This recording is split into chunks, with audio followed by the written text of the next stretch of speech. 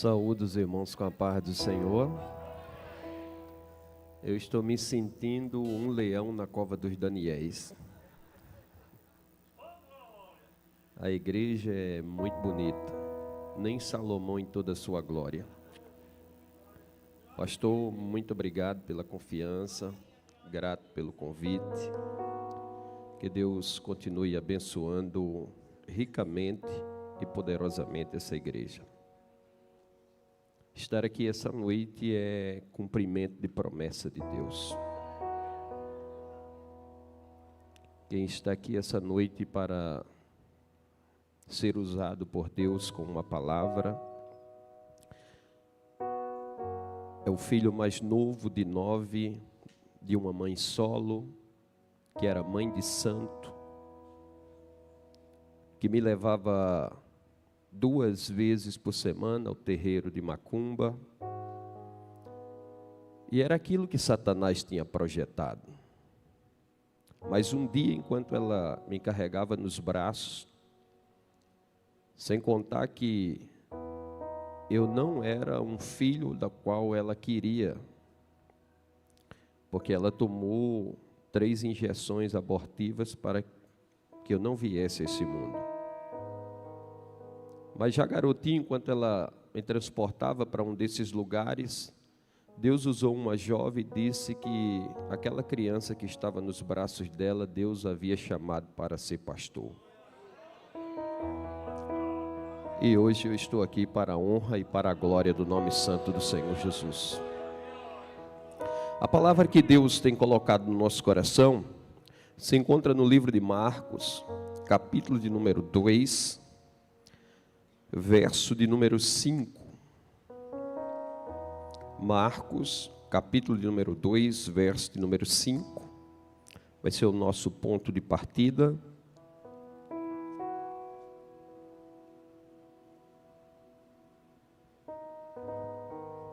Quantos acharam? Aleluia. Aqui é chique. Tem telão ali, tem telão acolá. Diz assim a palavra do Senhor. Capítulo número 2 do livro de Marcos, verso número 5. Jesus, vendo a fé deles, disse ao paralítico: Filho, perdoados estão os teus pecados. Você pode levantar a mão assim comigo e dizer assim: Jesus já pagou o preço e hoje eu tenho livre acesso à presença de Deus. Aleluia. Comandante Ferreira, que bênção vê-lo aqui. Louvado seja o nome do Senhor. Queridos, essa passagem do paralítico de Cafarnaum, ela ocorre nos 3 evangelhos sinóticos. Eu particularmente gosto da narrativa de Marcos, mas gosto muito. Está do verso 1 até o verso 12 desse capítulo. O verso que nós lemos é o verso de número 5, que embora não esteja no final do capítulo, é o produto acabado no mundo espiritual. Porque Jesus, ele solta uma sentença determinante, quando ele olha para aquele paralítico e diz assim: Filho, os teus pecados estão perdoados. Isso porque todas as mazelas desse mundo têm origem no pecado. Tudo aquilo que nós vivenciamos de ruim, de certa forma, tem origem no pecado. Isso porque o apóstolo Paulo, ele escrevendo aos Romanos, no capítulo número 3, verso número 23, ele diz assim: porque todos pecaram e estavam destituídos da glória de Deus. Em Romanos capítulo 6, verso 23, a Bíblia diz que o salário do pecado é a morte, mas o dom gratuito de Deus em Cristo Jesus é a vida eterna. Isso leva diretamente para aquilo que está explícito em João 10 e 10, a parte A. O inimigo das nossas almas, ele veio somente para roubar, matar e destruir. E se alguém ficar dominado, aprisionado por qualquer obra dele, ocorre aquilo que está na primeira carta de Pedro, na segunda carta de Pedro, capítulo 2, verso 19, quando ele diz: se alguém for dominado por alguma coisa, da tal coisa passou a ser escravo. Mas eu louvo e engrandeço o nome do Senhor. Porque na primeira carta de João, capítulo número 3, verso número 8, a Bíblia diz que Jesus manifestou-se para desfazer as obras de Satanás. Isso porque em João 10:10, a parte B, a Bíblia diz que ele veio para dar vida e vida em abundância. Bendito seja o nome do Senhor.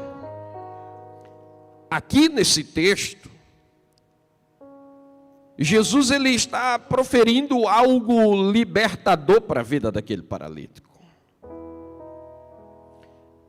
Quando nós olhamos o contexto, na altura do último verso do capítulo 1, que é o verso de número 45, Jesus ele já não podia aparecer publicamente, porque havia uma trama para tentar tirar a vida do Senhor. E o Senhor Jesus ele estava ensinando nas regiões desérticas, mas a multidão afluía para lá. E aí no capítulo 2 do livro de Marcos, verso 1, a Bíblia diz que ele voltou a entrar novamente em Cafarnaum. Eu não vou entrar no mérito teológico se aquela casa era de Simão ou se era de Jesus. O fato é que Jesus estava na casa. Bendito seja o nome do Senhor. E aonde ele está, algo maravilhoso acontece. É tanto que no Salmo de número 42, o salmista disse assim, quando ele estava longe da casa do Senhor. Ele disse: assim como o servo anseia pela corrente das águas, assim a minha alma suspira por ti, ó Deus. Isso porque a Bíblia diz no Salmo de número 24, verso número 4: uma coisa pedi ao Senhor, e a buscarei, que eu possa morar todos os dias da minha vida. Louvado seja o nome do Senhor. Aonde? No templo do Senhor, para contemplar a sua formosura e aprender dele. No Salmo de número 84, verso 10, ele diz assim: porque vale mais um dia nos átrios do Senhor do que qualquer lugar ou qualquer minuto ou segundo ou dia em outra parte. Então o melhor lugar de estar é aqui, é na casa de papai. A notícia correu, e ela correu rápido.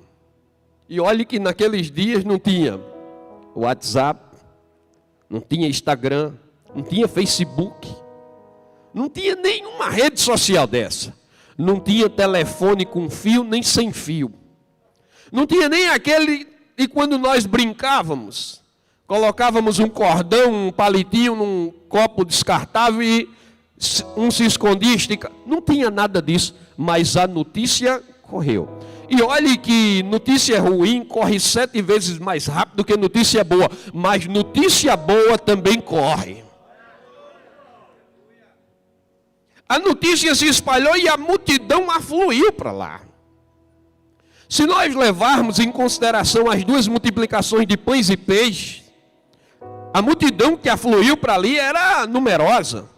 Tendo em vista que essa cidade de Cafarnaum, ela estava às margens do Mar da Galileia, que era rodeado por aproximadamente 10 cidades, com uma população média de 15 mil habitantes cada uma.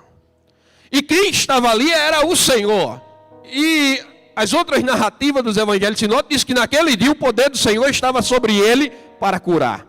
Cumprindo justamente aquilo que está em Isaías capítulo 61, verso 1 e 2, quando ele é proferido por Isaías 700 anos antes dele pisar o pé nessa terra, e o profeta diz assim: o Espírito do Senhor está sobre mim, pelo que me ungiu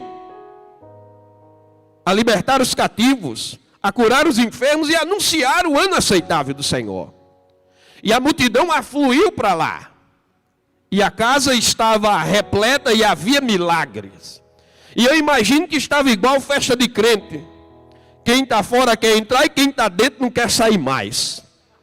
E aí eu imagino que há um alvoroço de glória a Deus e aleluia. Porque as pessoas estão vendo os milagres acontecendo. E a notícia, ela corre e chega até o paralítico de Cafarnaum. Só que tem situações na vida que, por meios próprios, nós não conseguimos chegar até a presença do Senhor. Mas Ele providencia meios, maneira, Ele sabe criar situações. Isso porque Paulo escrevendo aos Romanos, no capítulo 4, verso número 17, a Bíblia diz que Deus chama a existência as coisas que não são como se elas já fossem. Isso é propósito divino. Livro de Provérbios, capítulo 19, verso 21, a Bíblia diz que muitos são os planos do coração do homem, mas quem prevalece é o propósito do Senhor. Isaías 43, 13, a Bíblia diz: ainda antes que houvesse dia, Ele é, e operando Ele não há quem possa impedir. O paralítico estava lá estático, a notícia chegou, mas ele não tinha poder de reação, de resposta. Mas Deus proveu meios, maneiras, dele estar na presença do Todo-Poderoso. Ele não podia, a Bíblia diz que ele estava no leito. Então nem se arrastar ele podia. Não tinha aquela frase de efeito que as pessoas dizem: no dia que você não puder correr, você ande. Mas no dia que não puder andar, você se arraste. Mas nem isso ele conseguia. E aí eu faço uma analogia essa noite. Que Deus não levantou uma pessoa. E olhe que Provérbios 17 diz que em todo o tempo ama o amigo e no dia da angústia nasce o irmão. Deus não levantou apenas uma, Deus levantou 4. 4 pessoas para conduzir aquele homem até a presença de Jesus. Aleluia. Permita-me dizer, como eu digo lá nos meus vídeos: oh glória, papai. Deus levantou 4 pessoas. O nome da primeira, pastor, me permita nomear. O nome da primeira pessoa que Deus levanta é amor. Isso porque Jesus disse em João 13:34: um novo mandamento vos dou, que vos ameis uns aos outros assim como eu vos amei. Deus levantou amor. Amor vai passando e vê o paralítico naquela situação e ele não consegue adiantar. Ele não consegue fazer aquilo que em Lucas capítulo 10, o sacerdote e o levita fizeram, passar de largo. Fingir que não viu, não. Amor viu e parou. Parou. Isso porque Paulo escrevendo aos Romanos, capítulo 13, verso 8, ele disse: a ninguém devais coisa alguma a não ser o amor. Aí o apóstolo João ele vai estreitar mais um pouco, e na sua primeira carta, capítulo 4, verso 8, ele vai dizer assim: aquele que não ama não conhece a Deus, porque Deus é amor. Amor parou e disse: daqui eu não saio enquanto eu não lhe levar até a presença daquele que tudo tem, tudo pode e tudo faz. E pelo burburinho que eu escuto na cidade, o negócio hoje lá está fogo. Fazia dias que ele não entrava em Cafarnaum e hoje ele está e ele veio com tudo. Aí eu imagino que no diálogo, o paralítico olha para Amor e diz assim: mas você não tem como me levar sozinho.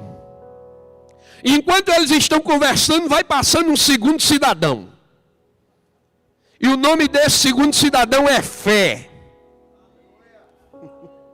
Aí Fé se aproxima.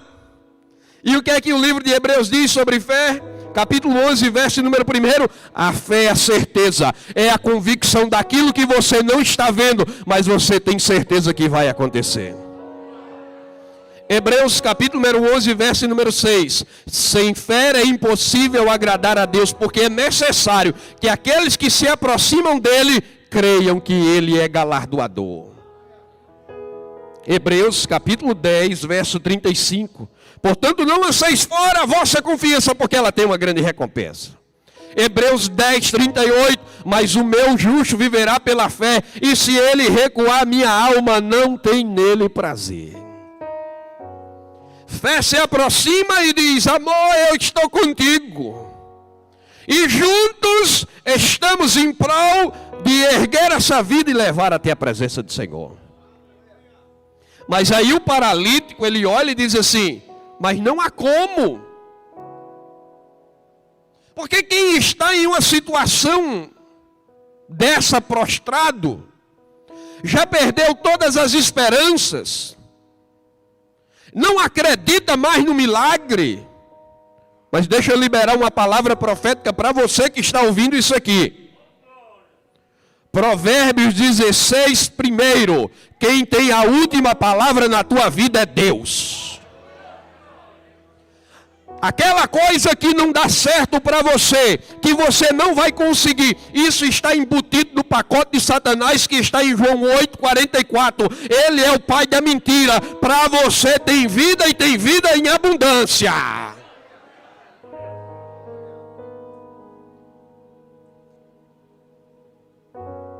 Permita, pastor. A água daqui parece que é mais doce do que a lá do meu bairro. Agora nós temos amor, fé e o paralítico. Deus, ele trabalha na unidade. Deus ama a unidade. Deus está onde está a unidade. Onde estiverem 2 ou 3, eu estarei presente. Reunido no nome de quem? Salmo 133, ó quão bom e quão suave é que os irmãos vivam em unir. Ah, meu irmão. Quando o povo de Deus se reúne em prol de um propósito, nada é impossível. Está amor, fé e o paralítico. O paralítico olha e diz: mas nós precisamos de mais 2 pessoas. Aí surge um terceiro cidadão, chamado Misericórdia. Misericórdia passa, curioso, para, não se contém e diz: eu posso ajudar. Lamentações de Jeremias, capítulo 3, versos 22 e 23. As misericórdias do Senhor, elas não têm fim, elas se renovam a cada manhã, e é a causa de nós não sermos consumidos. Tudo é pela misericórdia dele. Por isso que Jeremias conhecia isso muito bem, e ele disse assim, Jeremias 9, 23, não se glorie o sábio na sua sabedoria, nem o rico na sua riqueza, nem o forte na sua força, mas se alguém quer se gloriar, glorie-se no Senhor. Jesus disse em João capítulo 15, verso 5, sem em mim nada podereis fazer. Paulo conhecia muito bem isso. Em Filipenses capítulo 4, verso 13, ele disse assim, no Senhor eu posso todas as coisas. Misericórdia se aproxima, se compadece e diz, toma juntos. O paralítico olha e disse, agora eu estou começando a ficar animado. Está surgindo assim provisão e providência do nada. É. Porque a Bíblia diz em Efésios capítulo 3, verso número 20, que Ele é poderoso para fazer infinitamente mais daquilo que pedimos ou que pensamos. Só faltava um cidadão agora. E aí vai passando um cidadão por nome Ação. E não adianta eu dizer que tenho amor, tenho fé, sou misericordioso, mas não tenho ação. E Tiago escrevendo, no capítulo 2 de sua carta, verso 17, ele disse assim, fé sem obras é morta. A ação se aproxima e diz, o que é que está faltando? Estava faltando só um. Ele disse, pois é comigo mesmo. A ação já vai logo pegando num lado do leito, vai levantando, suspendendo, e o paralítico, peraí meu amigo, eu vou cair desse jeito. Amor pega do outro lado, fé e misericórdia, e começam a transportar até a presença do Senhor. Você chegou aqui essa noite, porque alguém te convidou. De alguma forma você foi alcançado por algum desses personagens. E o Espírito Santo te conduziu até esse local. Bendito seja o nome do Senhor. E eles vão em direção à casa onde o Senhor estava. E eu imagino que ainda de longe eles começam a escutar todo o barulho que vinha da casa onde o Senhor estava e chegava até onde eles estavam. E quando eles chegam, eu estou imaginando, na rua ou avenida que dava acesso à casa, eles já puderam contemplar uma multidão. E aí eu imagino que o paralítico olha e vê que é muita gente. E eles se aproximam. E quando eles se aproximam, e aí você sabe disso, que quando há uma multidão muito grande, e nós queremos chegar do outro lado, a gente vai meio que de banda. Meio licença, por favor, me deixe passar, porque eu preciso chegar lá do outro lugar. Mas como é que você faz isso? Transportando um leito com um paralítico em cima, e ainda mais, para ser curado, se havia uma fila enorme, a multidão querendo todos a mesma coisa. E quando eles se deparam com isso, eu imagino que talvez o paralítico tenha dito: vocês já fizeram o suficiente, pode me deixar por aqui. Só que fé e ação olharam um para o outro e bradaram. Hebreus capítulo 10, verso número 39. Nós, eu, fé, e ele, ação, nós não somos daqueles que retrocedem para a perdição, nós somos daqueles que avançam para a conservação da alma.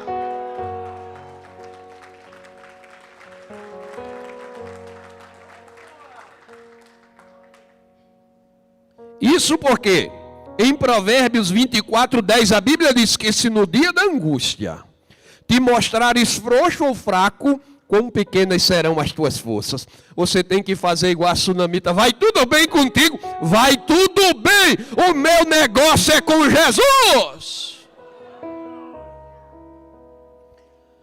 Aí eles olham assim: e agora? Oh glória! Sabe aquela situação que todos os recursos se esvaíram na horizontal?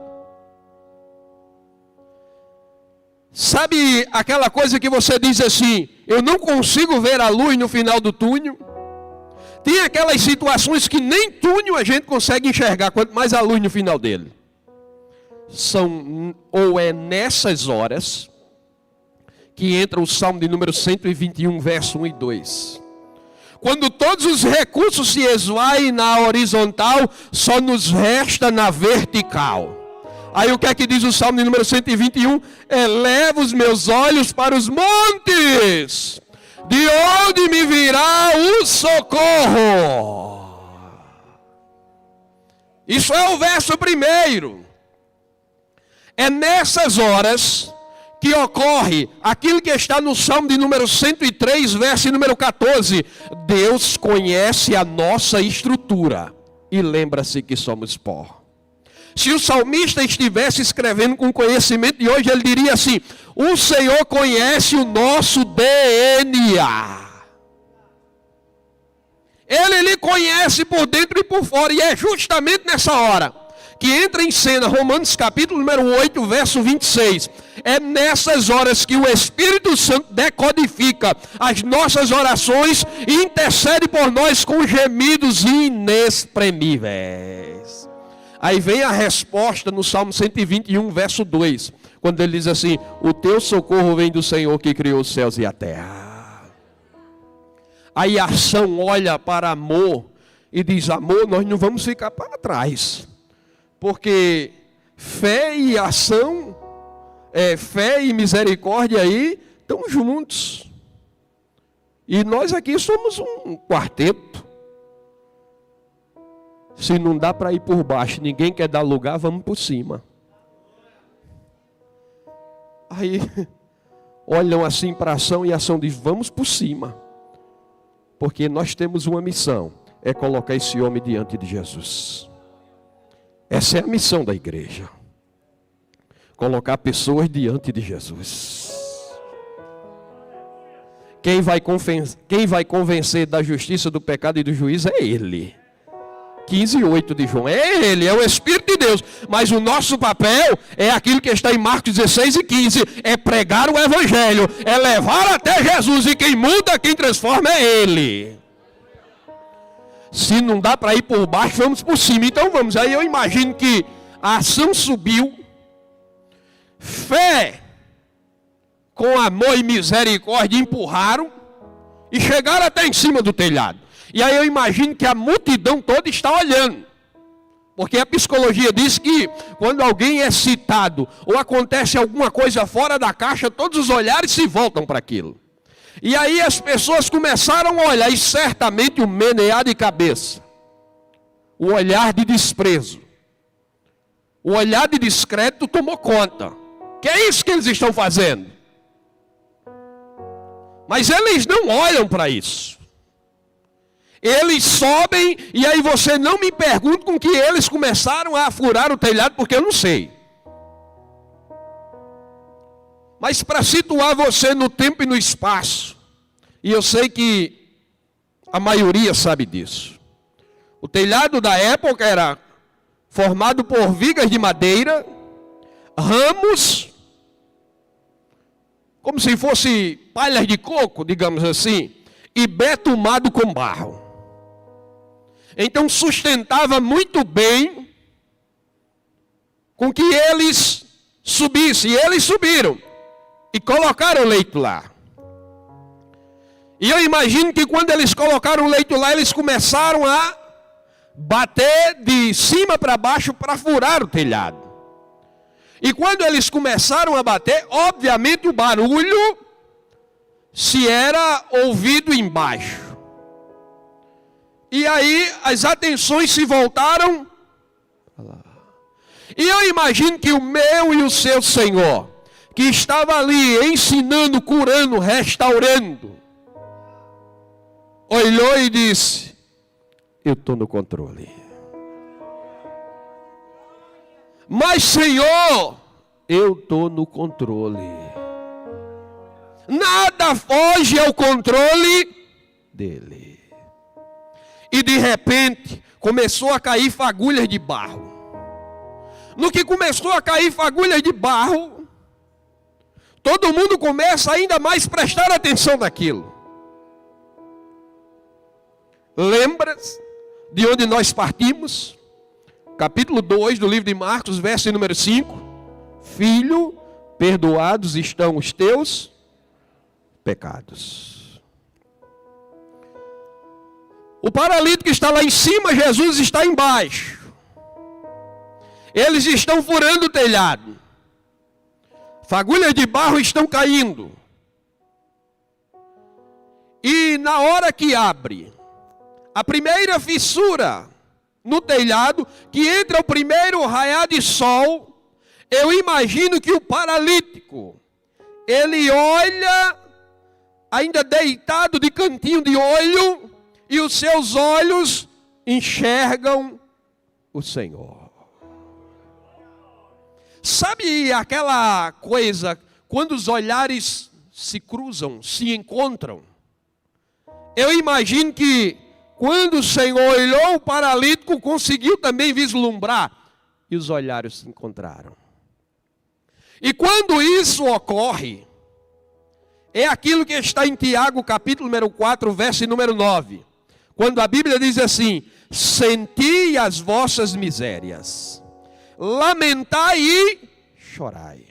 Porque quando o paralítico viu o Senhor, o sentimento que se apoderou dele foi aquele sentimento do profano perto do santo. Aquilo que está em Isaías, capítulo 64, verso 4. Que todas as nossas justiças, capítulo de número 64, verso número 6. Todas as nossas justiças perante Deus são como trapos de imundícia. Foi assim que ele se sentiu. E aí quando nós olhamos a primeira carta de João, capítulo de número 1, versos 8, 9 e 10. Verso 8 ele vai dizer: se dissermos que não temos pecados, enganamos a nós mesmos. Verso 10 ele diz: se dissermos que não pecamos, tentamos fazê-lo mentiroso. E é nesse contexto que ele vai se apropriar do verso de número 9, da primeira carta de João, capítulo 1. Mas antes dele se apropriar desse verso, o sentimento que paira, que toma conta dele, é o mesmo sentimento que estava sobre Isaías, e é o mesmo sentimento que estava sobre Pedro e os demais discípulos. Que sentimento é esse, pastor? Capítulo 6 do livro de Isaías. A Bíblia diz que no ano que morreu o rei Uzias, o Senhor deu uma visão ao profeta. E ele viu o Senhor assentado sobre um alto e sublime trono. E ele viu serafins que tinham 6 asas, com 2 voavam, com 2 cobriam os pés, com 2 cobriam os rostos, e dizia uns aos outros: Santo, Santo, Santo é o Senhor dos exércitos. Ele disse assim: ai de mim, porque os meus olhos viram o Senhor. Sou um homem de lábios impuros e habito no meio de um povo de impuros lábios, e eu vou perecer. Foi o mesmo sentimento que tomou conta de Simão em Lucas capítulo de número 5, quando do advento da pesca maravilhosa, que eles não tinham condições de apanhar aqueles peixes naquele horário. Quando Simão viu aquilo, sendo neto de pescador, filho de pescador e pescador experiente, que o próprio Flávio José, o historiador hebreu, vai dizer que aqueles homens eram lobos do mar. Pedro olha assim para aquela quantidade de peixe, ele se ajoelha e diz assim: afasta-te de nós, Senhor, porque nós somos homens pecadores. É nesse contexto que aquele paralítico, quando ele visualiza o Senhor, ele toma posse daquilo que está na primeira carta de Pedro, capítulo 1, verso número 9, e Pedro, na primeira carta de João, capítulo 1, verso número 9, quando João diz assim: se confessarmos os nossos pecados, Ele é fiel e justo para nos perdoar, e o seu sangue nos purifica de todo pecado. Ele pede perdão lá em cima. O que Jesus está dizendo para ele agora embaixo é fruto da oração dele lá em cima. Só que as pessoas que estavam ali não sabiam disso. Aí agora eles rompem de vez o telhado e desce aquele paralítico. Pá! Quando aquele paralítico toca o solo, o Senhor vai lá, olha para ele e diz assim: filho, os teus pecados estão perdoados.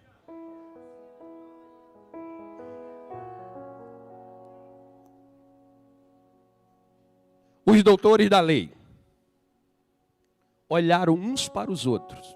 Eles não disseram nada. Eles apenas olharam. E nós sabemos que a gente pode aprovar ou reprovar só com um olhar. Eles olharam e pensaram: quem é este para dizer os teus pecados estão perdoados? Só quem pode perdoar é Deus.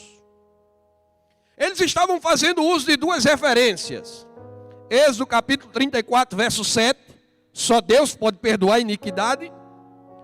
E Isaías capítulo 1, verso número 18. Só Ele pode purificar pecado. Ainda que seja como o carmesim ou escarlate, ficará branco e alvo como a lã e a neve.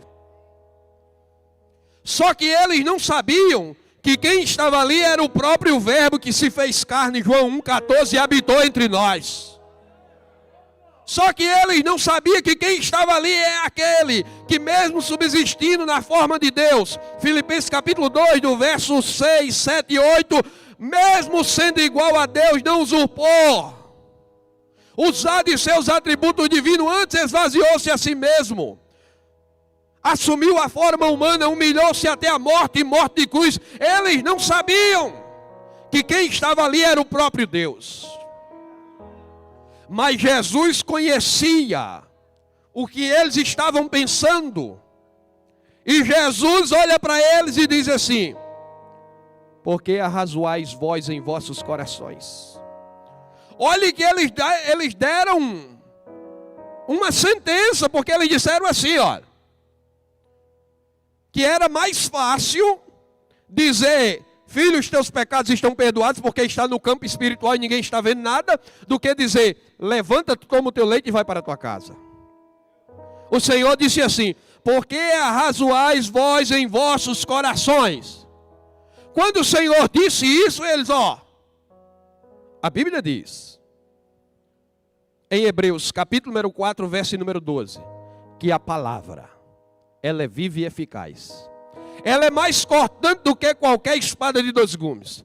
E ela penetra ao ponto de dividir alma, espírito, juntas e medulas, e é apta para discernir os pensamentos e as intenções do coração. Salmo de número 139, verso número 4, a Bíblia diz que antes que a palavra nos chegue à língua, ele já conhece. Em Hebreus capítulo número 4, verso número 13, a Bíblia diz que toda a criatura está nua e patente aos olhos daquele ao qual nós havemos de prestar contas.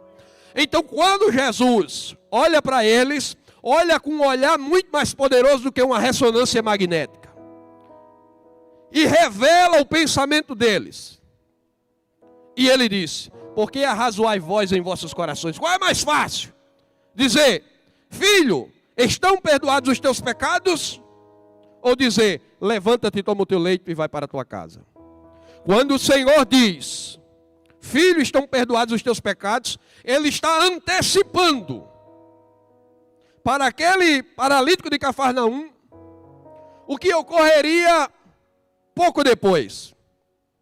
A Bíblia diz, em João capítulo 19, verso número 30, quando ele dá o último brado e diz assim, Pai, está consumado. No grego, tetelestai. Quando ele disse isso, o véu foi rasgado de alto a baixo, mostrando que não vinha de homens e de Deus. Paulo vai mais fundo, em Colossenses capítulo 2, verso número 14. E havendo rasgado o escrito de dívida que nos era contrário nas suas ordenanças, cravando na cruz do Calvário. O tempo não nos deixa adentrar dentro da tradição judaica para explicar isso e fazer as conexões. Mas fato é que no verso 15 de Colossenses capítulo 2, a Bíblia diz que ele colocou todo o principado e toda a potestade do mal como ridículo. Por quê? Porque ele pagou a dívida do homem e devolveu o acesso a Deus. Quando ele disse assim, filho, estão perdoados os teus pecados, Jesus abriu uma porta grande e larga, para que ele voltasse a andar. E quando ele proferiu isso, o milagre começou a acontecer, mas os céticos e os doutores da lei, eles não estavam compreendendo aquilo. Aí o Senhor olha e diz assim, para que saibais que o Filho do Homem tem poder e autoridade, a ti te digo, levanta-te. Aos olhos humanos, aquele homem precisava de anos a fio de fisioterapia para voltar a andar. Mas quando Deus quer, nada é impossível.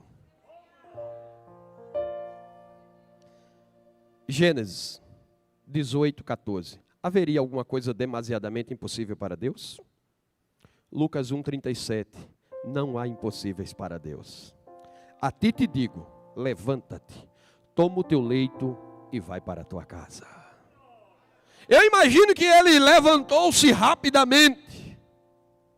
O tempo não nos permite fazer conexões com João capítulo 11 e com Ezequiel capítulo número 37.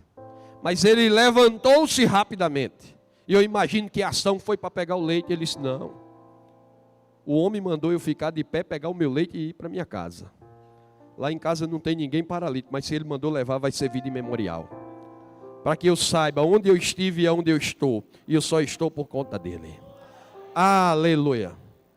Eu gostaria de convidar você, que está afastado do Evangelho, ou que nunca aceitou o Senhor como seu Salvador. Eu gostaria de fazer uma oração por você. Onde está você? Tem alguém aqui essa noite que está afastado do Evangelho? Vem aqui, jovem, por favor.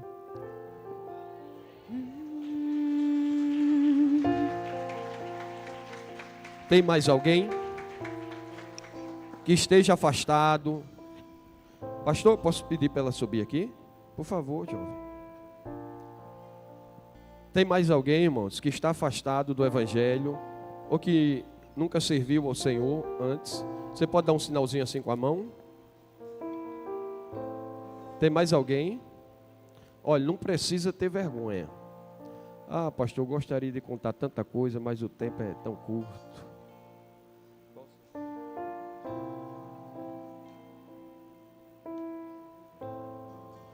Pastor, posso pedir para a igreja ficar de pé? Podemos. Igreja. Tem mais alguém? Vamos orar pela Evelyn. Depois eu gostaria de fazer uma segunda oração, pastor, se o senhor permite. Tem mais alguém, irmãos, nessa noite que está afastado do Evangelho?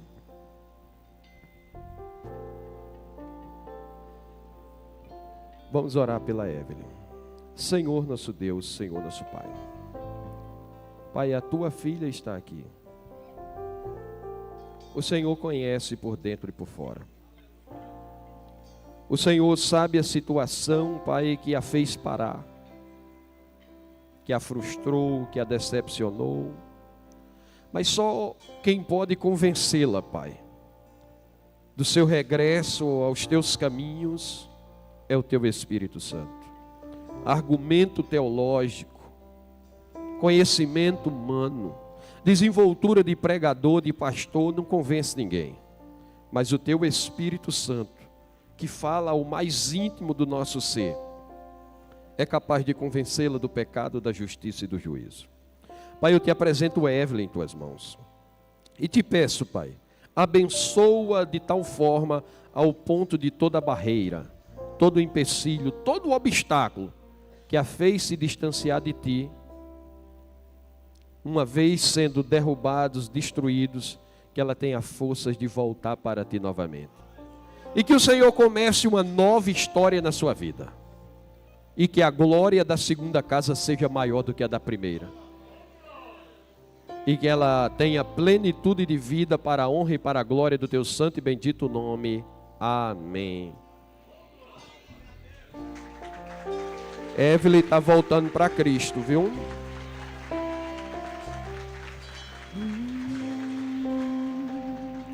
Amém. Deixa eu fazer a oração. O seu pastor faz a sua confissão de fé, tá bom? Por favor, você que tem uma situação limitante, sabe que você, eu vi aqui, vocês botaram assim, o ano da sabedoria, sabe, quando a gente diz assim, esse ano eu vou fazer, eu vou fazer para rachar, e aí sempre tem uma situação que lhe tira e você nunca consegue. É por você que eu quero orar. Vem aqui à frente, rapidinho, senão o pastor já vai puxar meu paletó e a minha sorte é que ele está na frente, não está atrás. Por favor, Evelyn, ninguém pode dizer que Jesus é o Senhor se não for pelo Espírito de Deus. Diante dessa grande nuvem de testemunhas, você volta para o Senhor Jesus hoje? Sim. Amém. Pode acompanhar aquela jovem. É para você que tem uma situação que lhe trava. Você não consegue. Você já orou e já disse assim, eu não consigo sozinho. Você já disse assim, eu não tenho forças. Eu quero, mas eu não tenho forças. É por você que eu quero orar essa noite.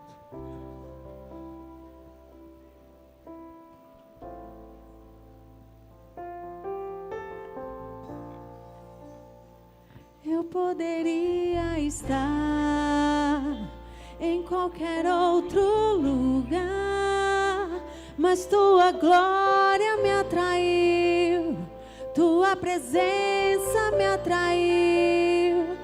Tentei me esconder por medo de não viver, mas tua glória me atraiu, tua presença me atraiu. Aleluia. É que a sarça pegou fogo e não se consumiu, e a voz que saiu dela um dia me atraiu, e o meu meu coração queimou até que descobriu que um dia com tua glória vale mais que 1000. É que a sarça pegou fogo e não se consumiu, e a voz que saiu dela um dia me atraiu, e o meu coração queimou até que descobriu que um dia com tua glória, um dia com tua glória vale mais que 1000. Queridos, estendam as mãos para cá. Senhor nosso Deus, Senhor nosso Pai. Pai, eu te louvo, eu te agradeço, Pai, pela rica oportunidade que o Senhor nos concedeu de estarmos nesse lugar. Pai, a tua palavra, ela foi ministrada, Pai. E ela por si só é poderosíssima, Pai, para mudar, para transformar. E diz a tua palavra, Pai, que a palavra que o Senhor enviou jamais voltará vazia. Deus, aqui existe uma multidão, Pai, na frente desse altar que é consagrado ao Senhor, que é palco, Pai, tem sido palco de muitos milagres e de muitas manifestações do teu Espírito.